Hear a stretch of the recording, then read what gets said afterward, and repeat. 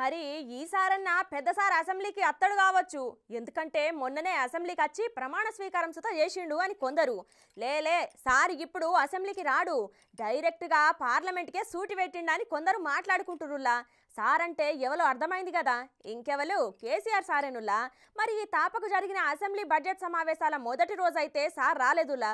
మరి అత్తడా రాడా, అత్తే ఎప్పుడు అత్తడు అర్చుకుందాం పారొకపారి.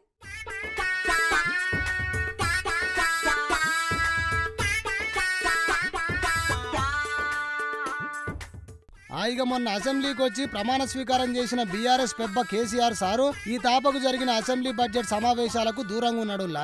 అయితే ఎన్నికల ప్రచారం టైంలో రేవంత్ రెడ్డి సారును, అంతకుముందు గవర్నర్ మేడంను తిట్టిన కేసీఆర్ సారు ఇప్పుడు ఇద్దరిని ఒకటేసారి ఒకటే దగ్గర చూసుడు ఇష్టం లేకనే వస్తలేడు అని కొందరంటే, బీఆర్ఎస్ వాళ్ళు ఎప్పుడైతే బడ్జెట్ ప్రవేశపెడతారో గప్పుడు కేసీఆర్ సారు ఎంట్రీ ఉంటదని చెప్పుకుంటున్నారట.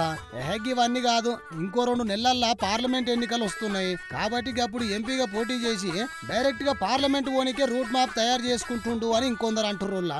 అయితే ఈ ముచ్చట గిట్లుంటే అసెంబ్లీలో ప్రధాన ప్రతిపక్ష కోట కింద ఇచ్చిన రూమ్ నెంబర్ 1, 2 ఛాంబర్ రూమ్లు చిన్నగున్నాయి, గవి మా సార్కు సరిపోవు అని గరమైన బీఆర్ఎస్ ఎమ్మెల్యేలు అసెంబ్లీ స్పీకర్ గడ్డం ప్రసాద్ ను కలిసి కొత్త ఛాంబర్ కావాలి అని చెప్పిర్రట. మరి చూడాలే కొత్తది ఇస్తారా లేకపోతే గంటనే ఉండమంటారా అనేది.